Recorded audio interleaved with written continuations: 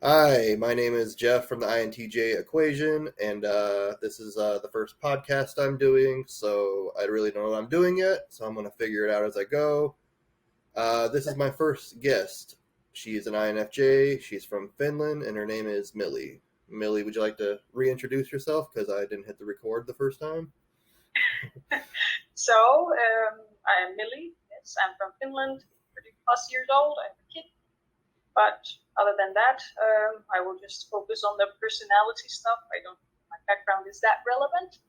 So, I've been looking into the personality typing around 2 years now. I started with the MBTI thing. Obviously, I think most people do, with the 16 personalities and stuff. And since then I went further into it. First, I got the result of INFJ, and I was like, no way, I can't be an INFJ.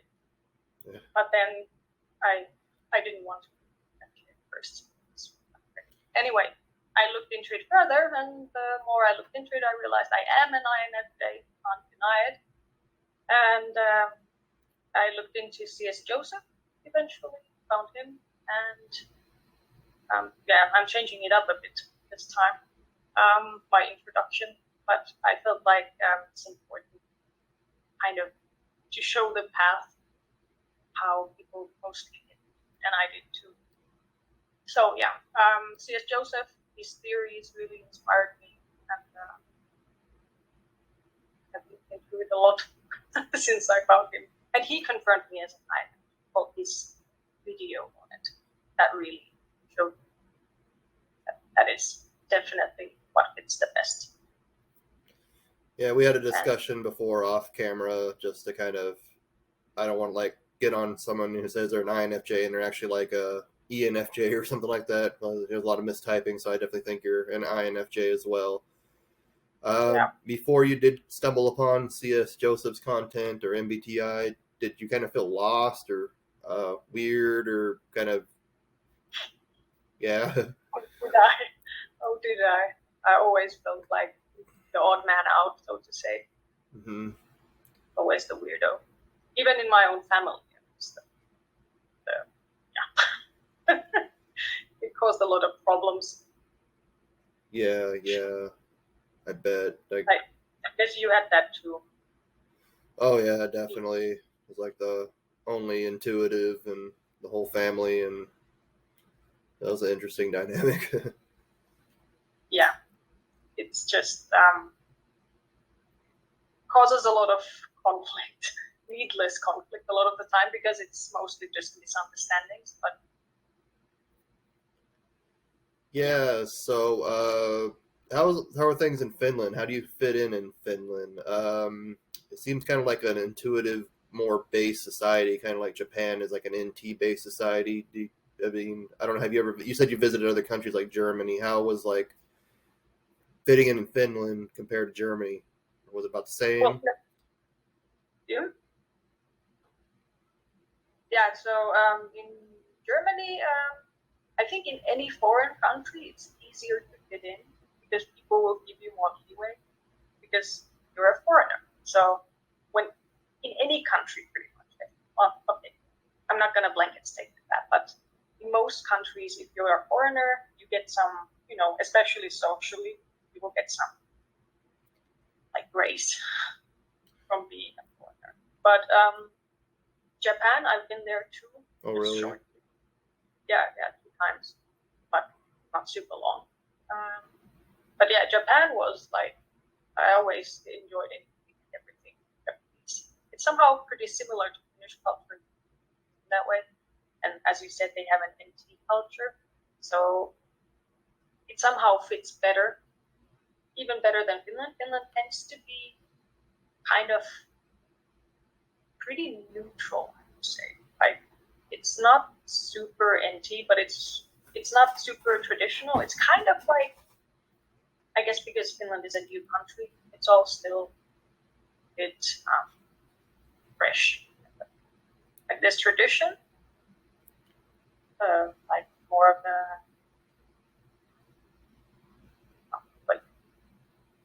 like a guardian type culture. as well. But it's not as clear as in America. The SJ is the... Okay. So you said Finland's a new country. I didn't know that. When was it founded? Wait, I always mix up the year, but it's wait for it, 18. 1918, okay. Well, that is pretty new, okay. That's 100 years, we were just celebrating that. So. Oh, nice. I mean, we used to be an autonomous region before that. We used to belong to Russia, then to Sweden. So. Kind of countries playing tug of war with you guys, huh? Yeah. And then now we're independent. Yeah, we talked a little bit about your culture and stuff like that. It seems like it's kind of nice actually for like an introvert because like you're kind of like on the bus and nobody tries to pressure you into talking and you can... That would be considered horrible by anyone. Even if you're with friends on a car ride, people are not expected to talk all the time. If you're driving somewhere, it's a longer car ride, and you can just sit there and quietly for half an hour, no problem. That's not even weird. So I guess for an American, it would be. Yeah, that'd be nice. I mean, in America, kind of like people just try to start conversations with you and kind of like, just not in the mood to talk. But you're kind of obligated to, and you're kind of shunned if you don't. Yeah.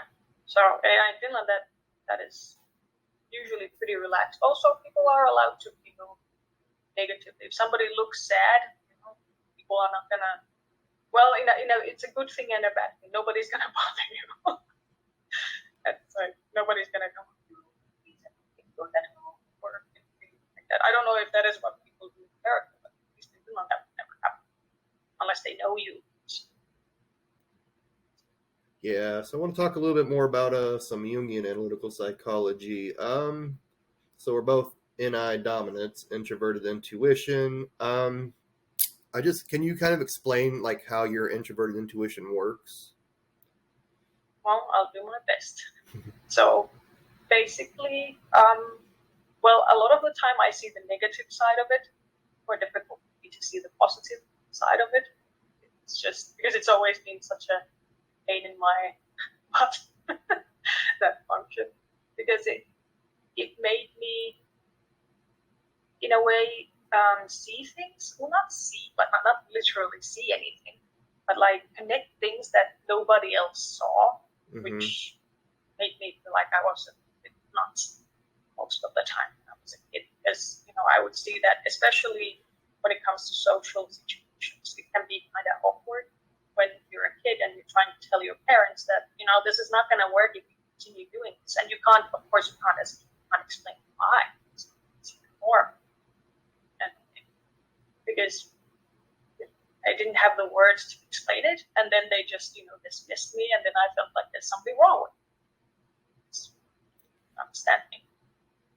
Yeah, for sure. I still have that problem today, just like at work and stuff like that. I'll foresee problems and issues that are coming up, but, get accused of being pessimistic or unrealistic. And, well, these are problems that we might have to face, so we should probably figure it out before we get there. Yeah. And I usually swallow a lot of I told you so. Yeah. Because it's not going to do anything good. People don't like those too much. Well, for good reason. I don't like to be told either.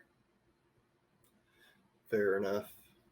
So, what is your, decision making? Ideally, your decision making, with your FE and your NI. So, my extroverted feeling, I have extroverted feeling trickster, which is kind of like a mystery to me. And we kind of have each other's trickster functions and our parent functions or father-mother functions. So, your TE is kind of void of you. So how does your FE and your NI work? Well, my FE, I think I'm still kind of in the middle of developing it, finding the balance between the two, because I think INFJs in general have this problem of going too much with how other people feel, because if somebody feels bad, I will feel it too. So I would rather choose me feeling bad than somebody else, because then I will feel double bad, basically. usually. But of course, if I see with my NI, I see that something is going to lead to, bad results, like socially speaking, especially, then I will usually speak out because it's just worth the price. Yeah, I think the biggest problem is with the FI critic and then kind of then having a tendency to like not keeping one's own boundaries, which I think FI child would not have this problem so much. Keeping your own boundaries. What do you mean Yeah, by like that? emotionally and like how is it okay to treat me, for example. But that could also be due to my own personal experience. I do not know how general INFJs is, since I've heard it from many people who may or may not be INFJs, but it seems to be quite a common thing that tend to prioritize too much how other people feel. So basically swallowing one's own feelings over some matter if it doesn't have any like big social implications and the only one who is suffering is you in this case, then I would rather choose that than if the option is like they suffer or I suffer, then I would rather suffer. So just because otherwise it's just double suffering. Does that make any sense? I'm trying to get it.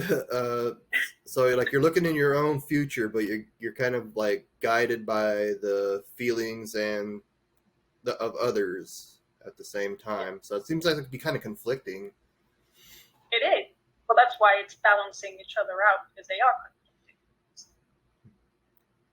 Okay, yeah, like how NI and TE works, I would say like, I just kind of got my own visions, my own goals, and I got to like figure out a way to get to those goals, like what's good, what's bad, and kind of process it and find the best path there. So it kind of works together, but it sounds like FE and NI kind of they butt heads. Like this is what I want to do, but I want to keep other people in mind. They kind of feel that way. Yeah, it's constant conflict, inner conflict. Constant conflict. It must be difficult. Yeah. It is pretty contradictory, internal contradiction. That is for sure. So, like, do you ever like have visions of like a utopia in your mind, like this perfect society where everybody, sings "Kumbaya" and stuff like that, or how does that work exactly? Well, for me, that is the one thing why I thought I was not an INFJ, because I don't have like sort of like daydreams of this is how it should be. Rather, I have this mental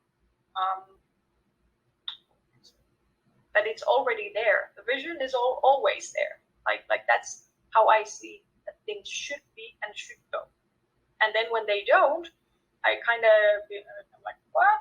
Wait a minute. So it's kind of like this. The approach is that the vision should be true. I guess this is SIT then partly.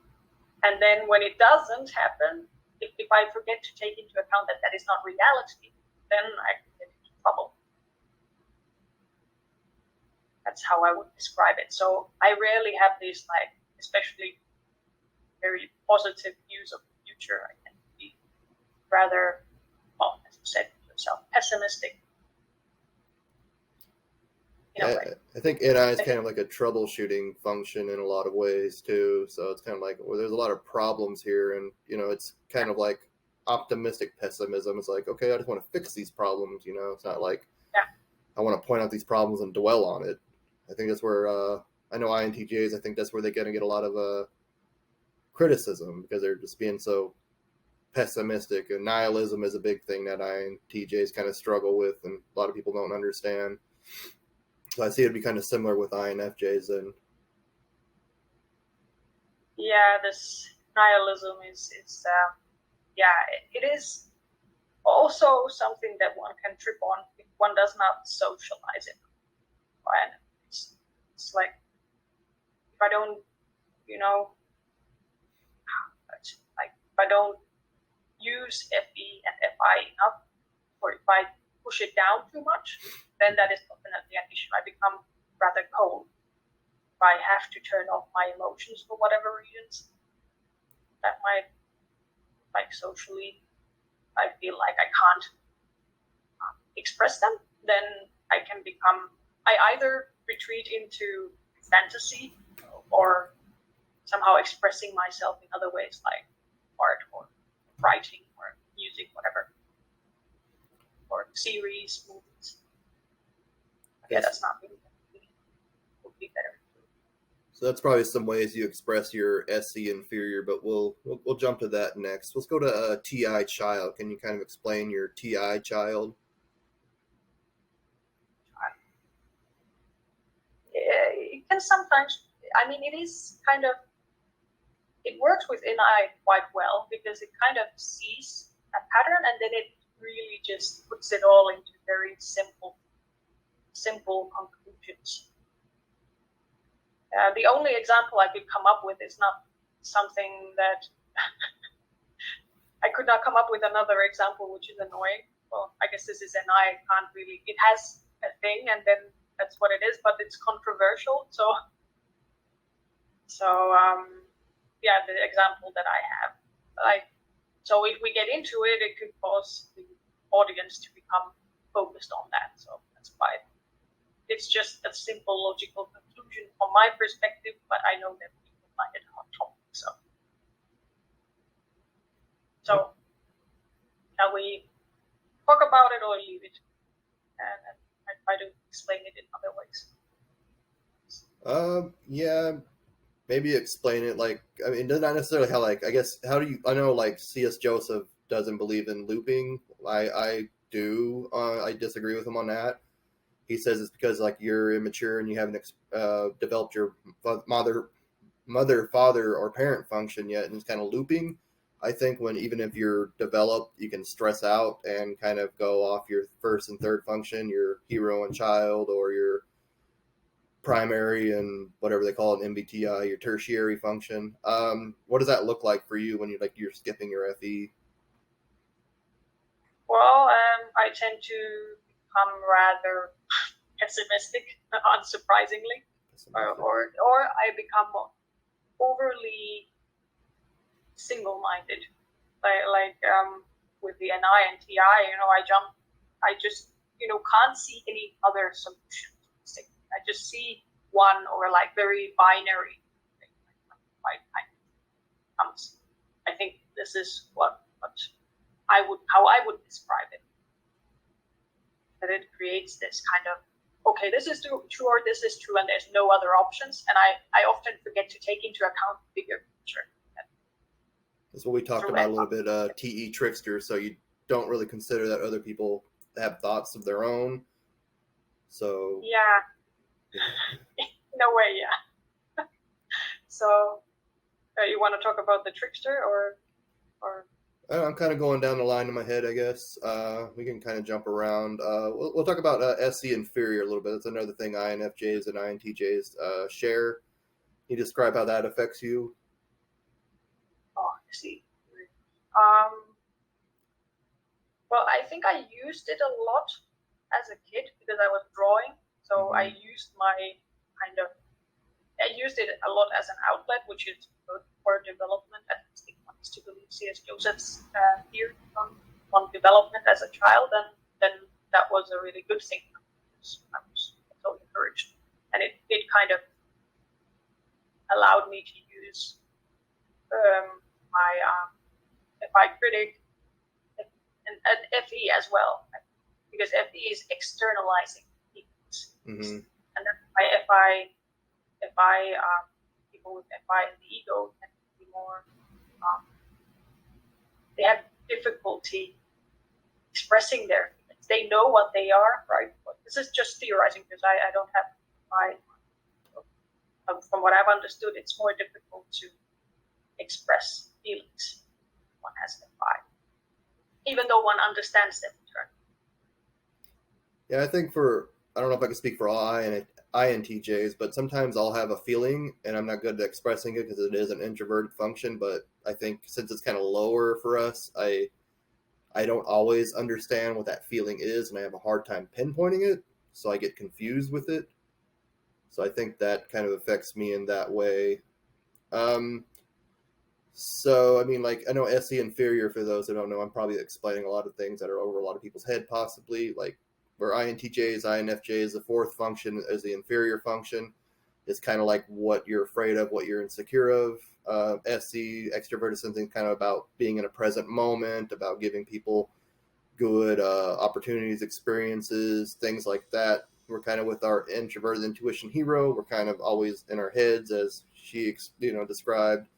So we're thinking in the future, not really in the present. So we're insecure about being in the present. Do you ever feel like insecure, like looking foolish, looking dumb in Oh front of other yeah, people? yeah. That's I kind of got distracted by the FI there as a segue. That's But okay. yeah, SE inferior. Yes, I am especially feel like I am secretly pretty vain. Like I'm pretty conscious about how I look, even though at the same time I kind of fight against this vanity. So it's Yeah. like I reject it, and at the same time I am concerned with it. I just would not like to be so concerned with it. So if I would go outside, I would worry, or when I go outside, when I worry if my hair is somehow funny, or I have something between my teeth that is like an actual big concern for me, or if I say something stupid while somebody suddenly comes and says something in the street. So being in that moment, if I'm kind of pulled away from my internal, where I usually reside, my head, if I'm pulled out from that suddenly, I can be pretty like, Yeah, I have a similar struggle, except the hair thing. I don't worry too much about that, obviously. yeah, um, that makes sense. so is it kind of tough for you to come on and do this and talk to me and probably be viewed by dozens of people at first? Hopefully, a many at least. Yeah. I've been all day yesterday. I was just thinking, oh wait, what am I going to say? But I can't prepare. I've noticed that if I prepare, I start to really stumble over my words, and I start to become robotic. So I think that's the SE. I kind of just have to improvise, otherwise it becomes very okay. Yeah, Now I'm ready for this. I think that's what a lot of people. I don't know so much for INFJs, that we are planners. We do thing for the future, and we have plan A, B, and C. But sometimes we just kind of go with the flow. We're movement, so movement is kind of like we're both movement. Actually, we kind of trial and error, progress as we go, constant progression. We're control people, kind of plan Yeah, everything out and try to make everything perfect before they act. I think yeah, for uh, sure. I think we get in that trap where we try to be control and we try to come up with this master plan, but we really just got to do it and fail and jump to the next Yeah, plan. yeah. I would find it very ideal to create some sort of plan and just follow it and be like, fluently going with it. But it's just, it kind of makes things more rigid, and it makes everything, I don't know, just so clumsy. And so improvising once I realized that I just need to improvise, because that's one thing I noticed is that as an intuitive, a lot of the like advice and these sayings and whatnot, they don't really apply that well to like this, for example, this make a detailed plan. No. If I make a detailed plan, it just makes things worse. But I think with TE, we'll have an easier time with that. Yeah, TE is all about planning, but like the plan doesn't always go 100%. So when strategy is out the window, you got to have some tactics available, and I think that's where it's good to develop your SE. Yeah, definitely. Kind of acting in the moment rather than having a long-term plan. Is there anything you do in particular? I know you said you did some art. I know you kind of share it, and we can definitely. I don't know if you use Instagram or some other outlet. I could definitely put that in the notes, and so people can view that and connect with you, and you can see that if you're interested. If not, it's fine. Yeah, at the moment I don't have anything. I've been a stay-at-home mom for the past 3 years, so my art is kind of on the back burner, except for the illustration work that I've but that's just like I have this fun project that I'm trying to get done. So, Okay. but thank you. Anything else you do to kind of put yourself out there to kind of get over that insecurity you have? Yeah, just recently, I just finally stopped lurking online. So Lurking. I'm on Reddit. I came, I started commenting or advising people. Oh, okay. Hopefully giving good advice. And I kind of just decided that, because before I would always worry that there's no impact. Like that's the SE theory, I guess, that, even if I said something, nobody's going to hear it or nobody's going to care. And I put way too much focus on, I'm going to give somebody a bad experience, or so that it's, not going to be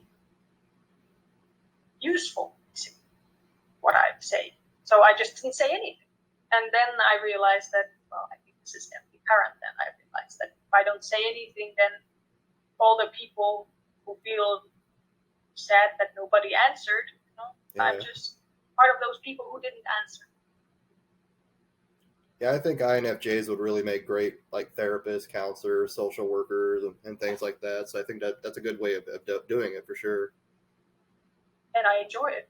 Yeah. I don't mind negative feelings at all, usually, as long as they're directed like something after I did something wrong. Then I mind it. But as long as it's somebody's own feelings about their life situation, I don't mind listening to even the most tragic things. It's just that comes weirdly easily for me. And I've noticed that it doesn't for me. Okay, we'll talk about the shadow a little bit more. So any nemesis. So I just recently wrote an article on that. That's kind of like a shadow, what Jung considers as something that works against your ego, kind of like your bad side of your personality that kind of works against you and kind of hinders you in life. And Dr. John Beebe, where C.S. Joseph got a great deal of his content, kind of organized it, and I'll kind of break it down step by step, maybe later in videos. So any nemesis is extroverted intuition, and how it works in the opposing personality, as Beebe called it. It kind of works against your introverted intuition, and where introverted intuition is kind of like your own future, extroverted intuition's other people's future, and it makes us kind of paranoid of other people, paranoid of other people's intentions. We kind of worry about other people's futures if it's a little bit more developed. I think that's kind of what I started doing when I got into like behavioral health work for kids. I kind of like, okay, we need to help other people's future because things are looking kind of grim in a lot of ways. How has your any nemesis opposing personality manifested? Well, I think it mostly makes me paranoid, as you said. Like that, I can get into this the NI tunnel vision of focusing too much on this negative. Like the NE leads me these possibilities that are usually quite pessimistic, and then I kind of, due to lower TE probably and lower SE, I tend to then not be very, like the information that I gather is not enough, and then I just kind of this is going to happen. I don't take into account enough of the surrounding details and other people's real motivations. I have difficulty understanding them. So a lot of my examples are social situations, probably due to the high energy. Like, for example, I have a difficult time deciphering what people want, like subtext. So I would prefer if people just like tell it to me straight. Like just tell me, what do you think, or what do you want, and then I'm okay with that. Even if I don't like it, I'm still better with that than people being kind of like, oh well, although that's hypocritical because I also don't always openly say how I feel. Yeah, I think that's kind of interesting. I thought that might have been like an INTJ thing, lacking FE, where we kind of pick up on the emotions of others, and we don't know exactly like the experience that we're giving people. But maybe that is an NI or any thing, where we just don't understand what people want. Maybe we're just not 100% sure of what people want. We kind of just want to know because we want to know if we're giving you a good time because our SE inferior, but the any nemesis, opposing personality, whatever you like to call it, kind of butting heads there, and it kind of works against it. So that's an interesting dynamic there. So yeah, I think FE kind of makes me see, and of course with SE one can see if somebody is not really enjoying themselves, but with FE I can also see if somebody is feeling bad. But the problem is with ME being kind of, that means I have no idea why necessarily, especially because I have T as well. So I usually don't know why. That's why I tend to be rather inquisitive and try to ask people and talk to people about it. And I've noticed that not everybody wants to talk about those things so deeply. Like an INTP would be fine discussing, but at least people know you. But not every type is going to want to open up. Yeah, for sure. All right, we talked quite a bit about it, your FI, cynics, critic function. So it kind of makes you feel worthless and not worthy, and kind of like don't really know your own emotions very well, and you feel like you're not helping people enough, and you feel bad for it. Is that kind of along the lines? Yeah.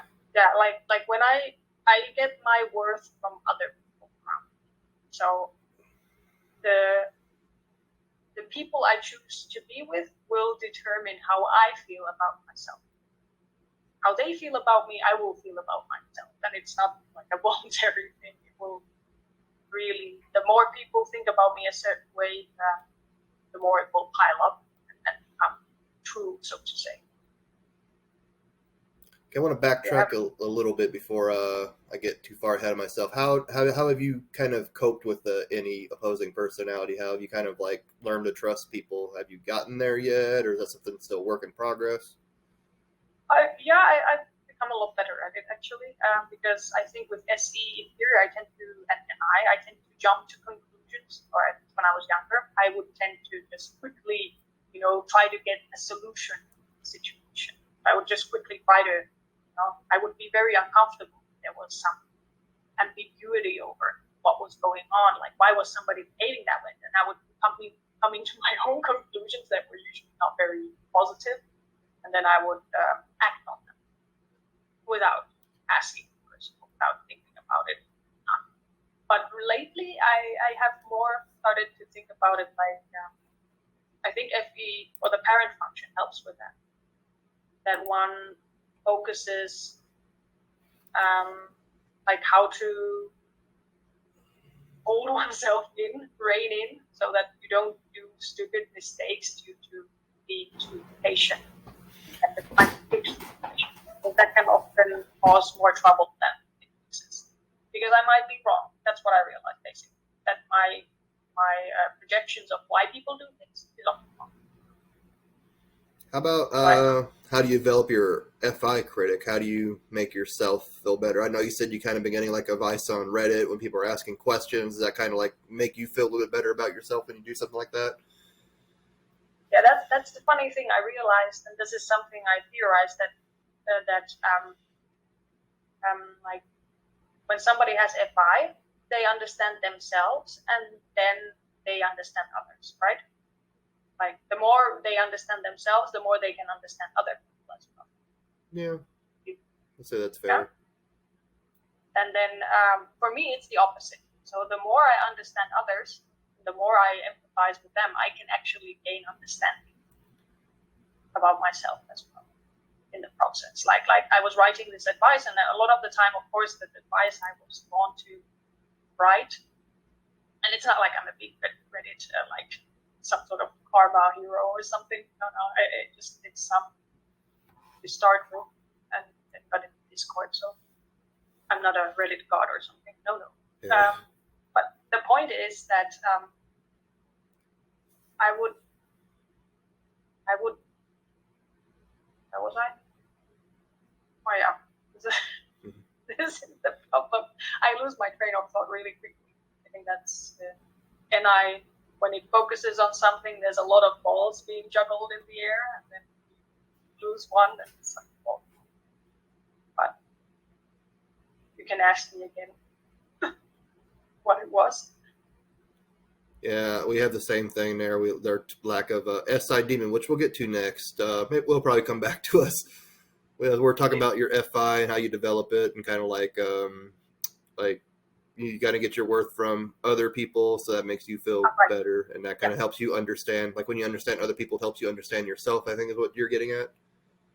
Yeah, because it's difficult for me to feel empathy towards myself. It's just somehow I can't feel sad for the things that were done to me unless somebody else feels sad. So that's the weird thing. Like when somebody else feels bad for me, then I'm like, oh my god, I feel bad too. Now I realized. But before that, I can be completely oblivious to it. I can be like, oh, it's nothing. But then when somebody else, I'm like, whoa, that's really different. So you kind of need someone to sympathize for you. Then you feel that. Okay. You pick up on their sadness, their grief in a way. Yeah, then I can understand it. Same with music or movies, anything that I watch where I can empathize, and then I see, wait, that's what I experienced too. That's how I see myself. Mirror. Yeah, well, see Joseph Paul's INFJ's mirror. So. Mm-hmm. Yeah. Okay. I want to talk a little bit about your TE trickster. We discussed it a little bit before, so that's kind of where you don't consider that other people have thoughts. You can kind of believe everything too, right? Like someone will tell you something, you kind of believe it. Is that the case?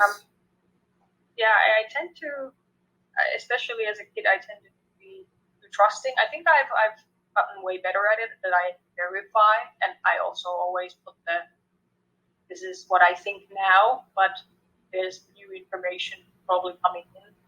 So I don't say such blanket statements as I used to as a kid. So I think it kind of balances me out, and it makes me ask people. That's basically how I combat it. I just ask people because I don't know otherwise. I have no idea. Like I think it most affects me in when I'm trying to tell people something, and I either give them too much information or not enough. So the context, what I'm talking about, is often lacking.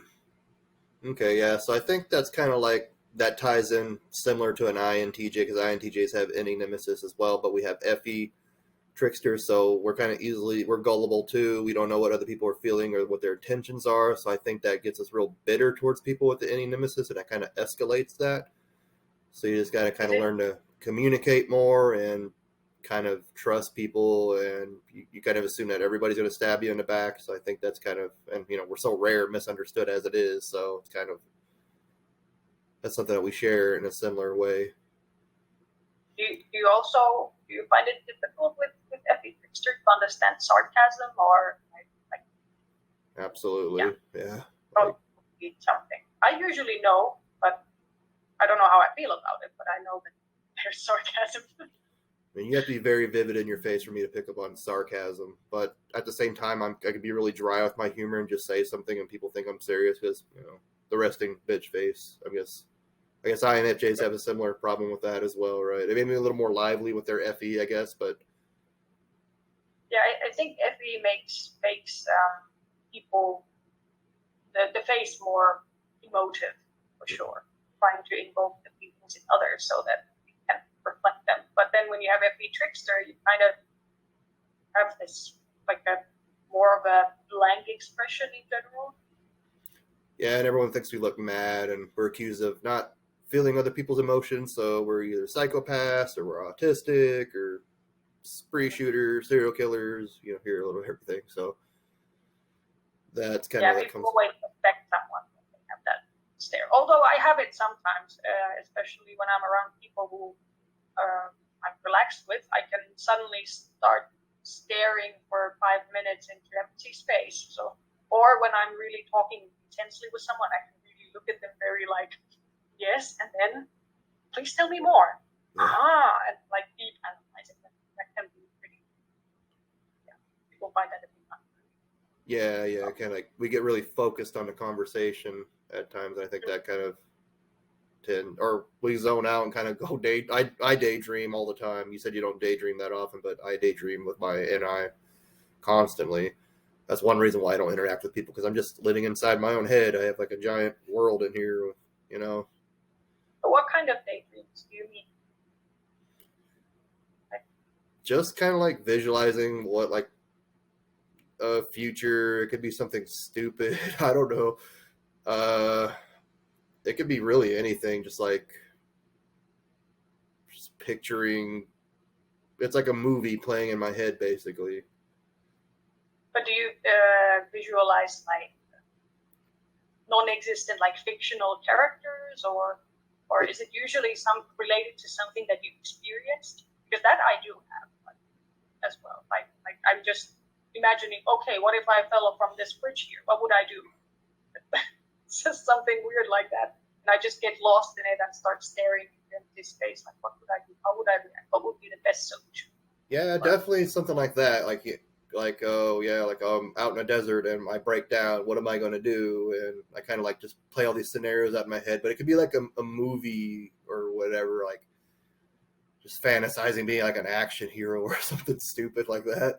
It's just one example. It could be a wide variety of things for me. It's just a very colorful world in here. It's like I'm the movie and I'm the star, you know. And there's fictional people and stuff. It's like a movie, and like, you know, I'm Arnold Schwarzenegger or whatever.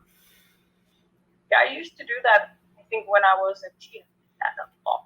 Like I was constantly in my head and writing my own stories. And even in class, I was hardly even following classes. So I would just write my stories and, you know, ask my friends, "Oh, what do you think of this story now?" And so that's what I did. Yeah. Yeah, or like even like this podcast, I kept playing out in my head how it's going to go and things like that, or what would I say if you said this, stuff like that. That's what they do. Okay.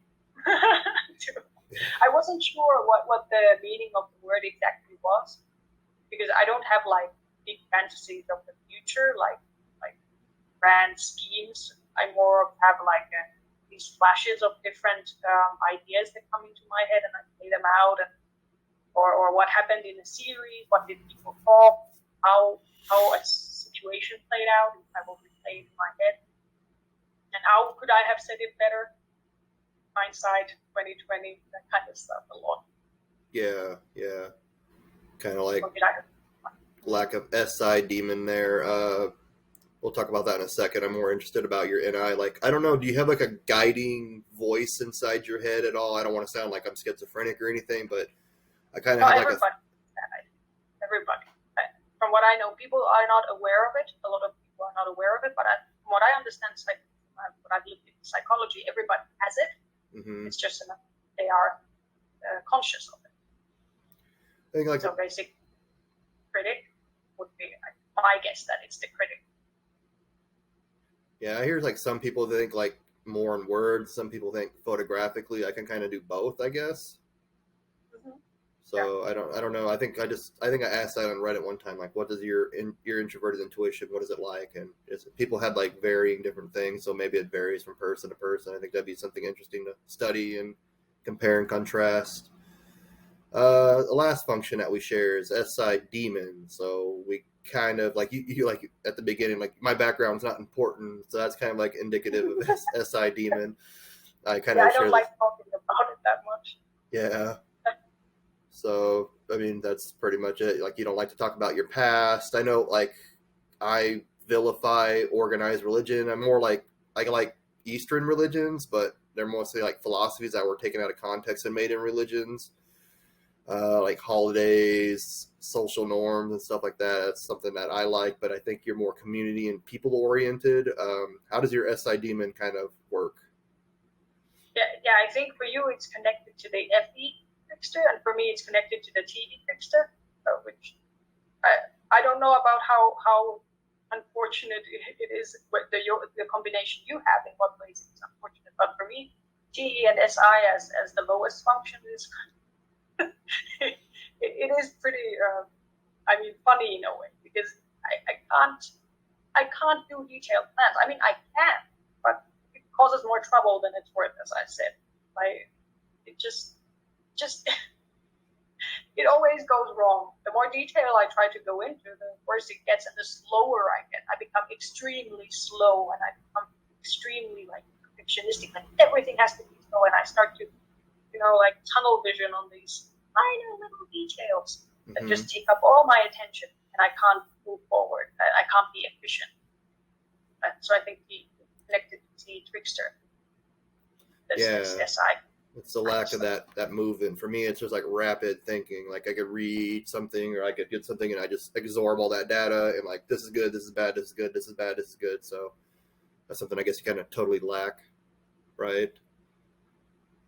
Yeah, I'm really slow at absorbing information. But once it's in there, like I can recall things. That's the thing about SI in the shadow. I think it is not conscious. You can't really use it that well consciously. Mm-hmm. But if you just persevere and put information into the SI, and if you just continue doing it, eventually it will remember, and it will be very like, it just comes from somewhere.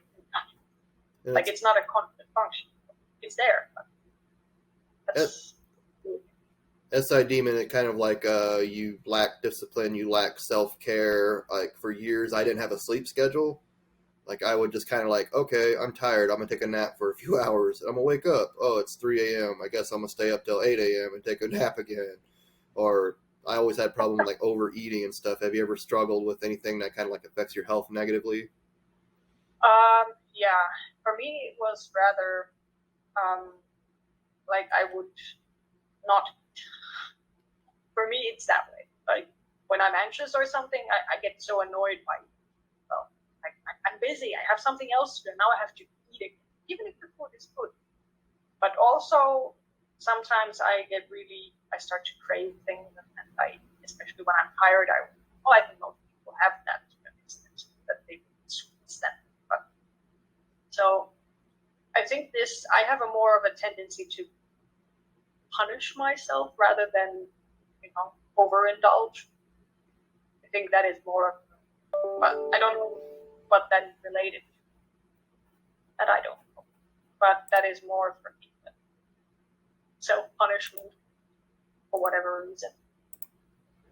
Very Jesus-like. Oh, yeah. Martyrdom.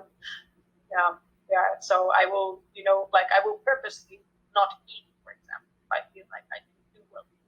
I will I'm not allowed to eat, or I don't deserve it. It's really stupid, but it's somehow when you go into that mindset sometimes, to explain.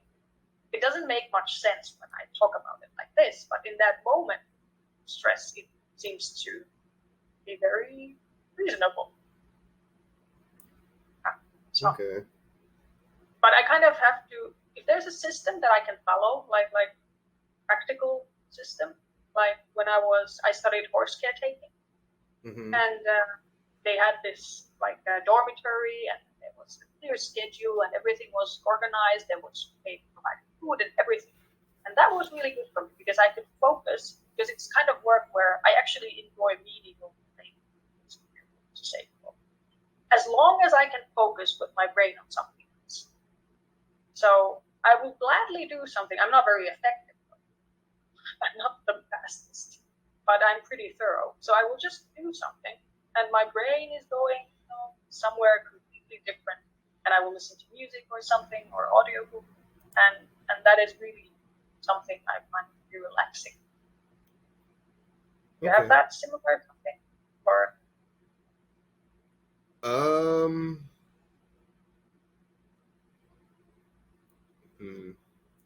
I lost my train of thought. I'm sorry. No, it's okay. But yeah. So, but the point was, anyhow, I think that when there is a system that I can follow, a simple one, practical one, I'm happy to follow it because I don't want to come up with my own. Because that's a huge stress for me. I always think about it so long. What am I going to do exactly? How am I going to get there? I think that's trickster. How? Well, I'm all about following systems. There's another dichotomy in Linda Barron's interaction style, systematic versus interest-based. And you're interest-based and I'm systematic. So yeah, I can follow complex systems. I have no problem with that. If there isn't a system, I'll make a system. I'm glad to do that. So I can create systems. It just takes stages, and I need to really understand everything to actually work. So it's a different way. When it's a practical system, and and somebody just shows me how to do it, if it's a good system, I will just follow it, and I don't have any issues with it. Even if it takes long and it's not super effective, I'll be like, okay, as long as I can be in my head and not focus on it too much, it's all good. Like making a deck, I played Hearthstone. Have you tried it? Or we talked about that last time. No, I played Magic the Gathering quite a bit, but I never heard of a Hearthstone. But basically, it's the same idea. You have to create a deck. I can't use a deck somebody else made to use it and then make it my own. I have to make my own from scratch. When it's such a complex thing, I think it would take me more time to learn that system that somebody else made to really understand it than to make my own. So that's fine. Yeah, I like able to play somebody else's deck and pick it up pretty quick. So yeah, I think that might just be a lack of TE thing. Yeah. There. I don't want to make this too long. I really appreciate you joining. I just have one more question for you. What would you like anybody, an INTJ or anybody in the world to understand about you to make kind of like your life easier or to make you fit in? Well, yeah, that's exactly the motivation that does not really motivate me. Funnily enough, I always have to think things about somebody else's perspective, so it's useful. But if I think about for INFJs in general, what should people understand?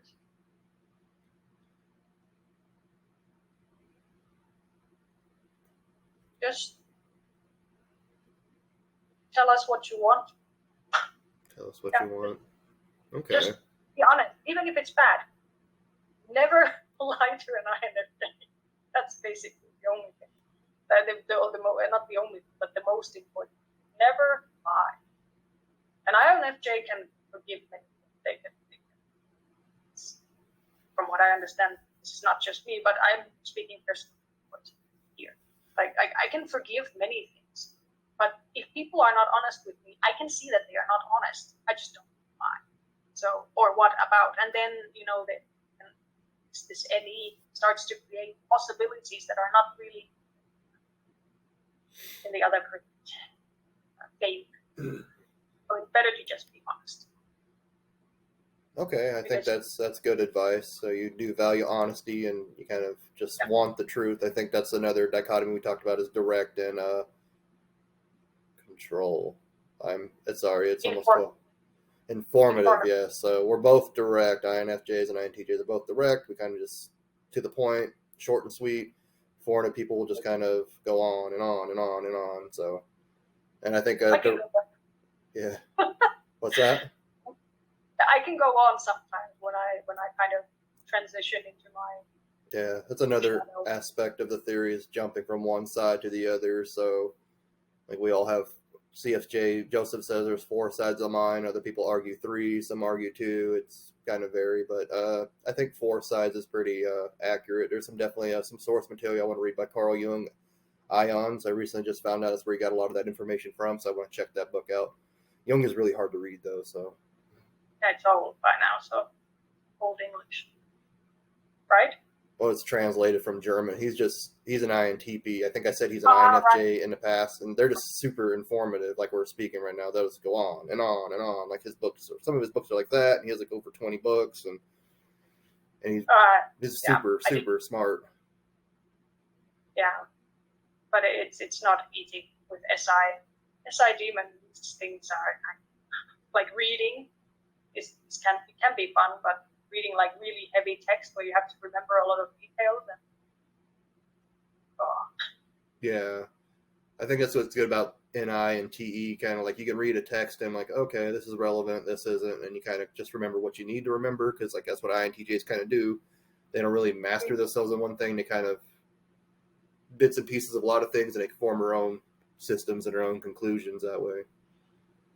I do a similar thing. I'm just very slow at it. And I have to have examples of people, what it means in practice, like in situations, personal relations, or I need to have that. Otherwise, it's just too vague.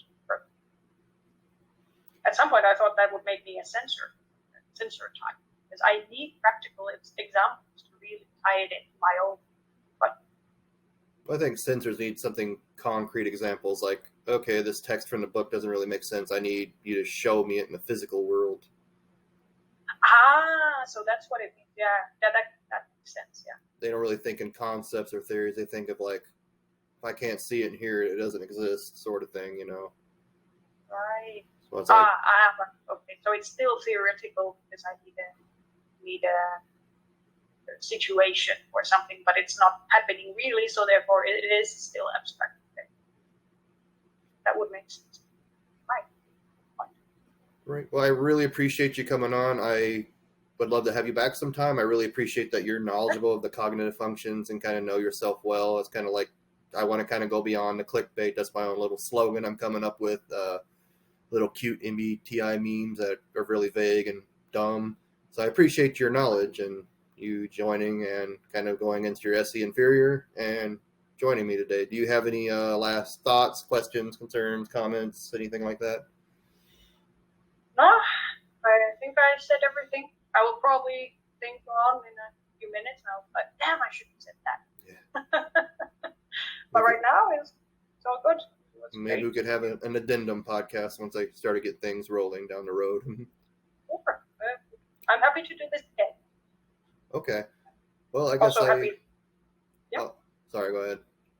No, just happy that my all the reading that I did actually, might be useful to someone. Yeah, I think because, like I said, INFJs are probably like the biggest mystery of all the types to me because I've never had much encounter with an INFJ before. So me neither. Yeah, so, that's one question I was going to ask. Have you met another INFJ in your life? I know you said you haven't really met any INTJs. The thing is, I haven't confirmed many people yet, and since because I have a bad memory, I can't really type people from the past that easily. Mm-hmm. So it's probably I have met one or two, I'm sure. I just didn't know it then. So I kind of have to take it like new people, like one person at a time. I gotta see what they are. I'm still new to typing others. I just got over the hassle of typing myself. Okay. All right. Well, I don't want to keep this too long because I know my target audience is INTJs and we want to keep things short and sweet. Oh, yeah. So, thank you for joining, and I'll try to kind of do some editing and figure this out, and I'll try to post it on YouTube on my target dates next week sometime. Okay. Let's see. You can end the recording then, I guess. Also, I think INTJs are bad at self-promotion, but my blog is www.intjequation.com. I'll put it down in the link, however that works. Not pretty new to posting videos, and I'll figure out a platform for this. It'll definitely be on YouTube, and I also want to make an MP3 in case you just want to download it driving down the road or taking a walk. Until next time, thank you for going beyond the clickbait, and have a good day. Bye-bye. Bye.